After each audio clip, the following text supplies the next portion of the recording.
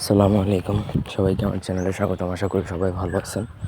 আজ আমি আপনাদেরকে যে ভিডিওটা দিচ্ছি এটা হচ্ছে বজ্জাত বউকে নিজের দাসী হিসাবে বানিয়ে রাখতে পারবেন তার একটা নকশা দিব, যেটা আদি আসল ইন্দ্রজাল থেকে না, বাংলায় নকশা প্রত্যেকেই লিখতে পারবে। আশা করি লেখাতে কারো কোনো সমস্যা হবে না।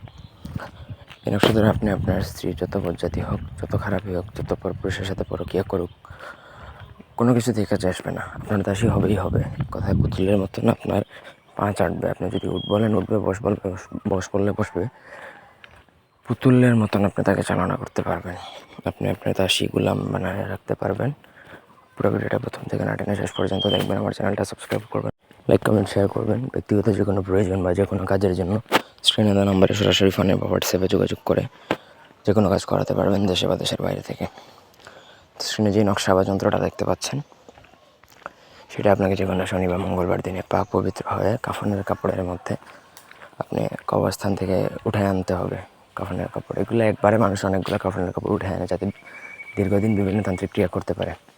সেই কাফনের কাপড়ের মধ্যে আপনাকে লিখতে হবে অরিজিনাল গুরচন কালী দ্বারা। কাফনের কাপড় উঠে আনে এগুলো মুখের কথা না, সাহসিকতার সাথে আনতে হবে। তারপর সেটার মধ্যে অরিজিনাল গুরচন কালী দ্বারা নকশাটা লিখতে হবে। দেবদত্ত নাম মাঝখানে লেখা দেখুন, দেবদত্ত লিখবেন, নামের জায়গায় আপনি আপনার স্ত্রীর নাম লিখবেন। ঠিক আছে। আবার যদি আপনি স্বামীর জন্য করতে চান এই নকশায় কীভাবে স্বামীর জন্য প্রয়োগ করা যায়, স্বামীর নামও লিখতে পারেন। স্বামী যদি বস করতে চান, নকশা লেখা কমপ্লিট হয়ে গেলে আপনাকে সেই নকশাটা সিঁদুর মাখিয়ে নকশার মধ্যে নকশার গায়ে সিঁদুর দিবেন। সিঁদুর মাখিয়ে আতর গোলাপ জল ছিটিয়ে তারপর সেই নকশাটা আপনাকে যে কোনো ত্রিমোহনী রাস্তার মধ্যে পুঁতে দিতে হবে। 3টে রাস্তা যেখানে এক হয়েছে সেই গোড়ায় পুঁতে দিতে হবে। বেশ আপনার কাজ 3 থেকে 7 দিনের মধ্যে আপনার কাজ হাসিল হবে, 100% গ্যারান্টি।